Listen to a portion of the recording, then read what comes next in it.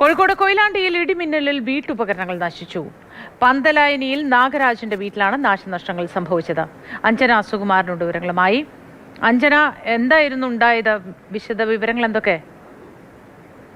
ഇന്നലെ അർദ്ധരാത്രി മുതൽ ജില്ലയുടെ പല ഭാഗത്തും വ്യാപകമായി മഴ ലഭിക്കുന്നുണ്ട്. അതോടൊപ്പം തന്നെ ശക്തമായ ഇടിമിന്നലും ഉണ്ടായിരുന്നു. ഇതിലാണ് ഇപ്പോൾ കൊയിലാണ്ടി പന്തലായനിയിൽ ഒരു വീട്ടിലെ വീട്ടുപകരണങ്ങൾ അത്രയും കേടുപാട് വന്ന് നശിച്ചു പോയിരിക്കുന്നത്. ഇന്ന് രാവിലെ ഒരു 8:15 കൂടിയാണ് ഇത്തരത്തിലൊരു വലിയ ഇടിമിന്നൽ ഈ ഭാഗത്ത് ഉണ്ടാകുന്നത്. പന്തലായനി നാഗപ്രഭ ഭാഗത്ത് താമസിക്കുന്ന നാഗരാജന്റെ വീട്ടിലുള്ള വീട്ടുപകരണങ്ങളാണ് നാശനഷ്ടം സംഭവിച്ചിട്ടുള്ളത്. ഇടിമിന്നലിന്റെ ആഘാതത്തിൽ ഈ വീട്ടിലെ എല്ലാ ഫാനുകളും, ഒപ്പം തന്നെ TV, ഫ്രിഡ്ജ്, വാഷിംഗ് മെഷീൻ ഉൾപ്പെടെയുള്ള എല്ലാ ഇലക്ട്രോണിക്സ് ഉപകരണങ്ങളും നാശനഷ്ടം സംഭവിച്ചതായാണ് ഇപ്പോൾ വീട്ടുകാർ പറയുന്നത്.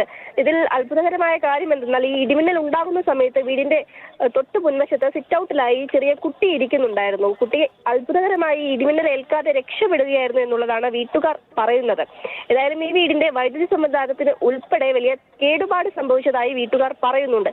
ജില്ലയുടെ വിവിധ ഭാഗങ്ങളിൽ ഇപ്പോഴും മഴ തുടരുകയാണ്. മൂത്തി.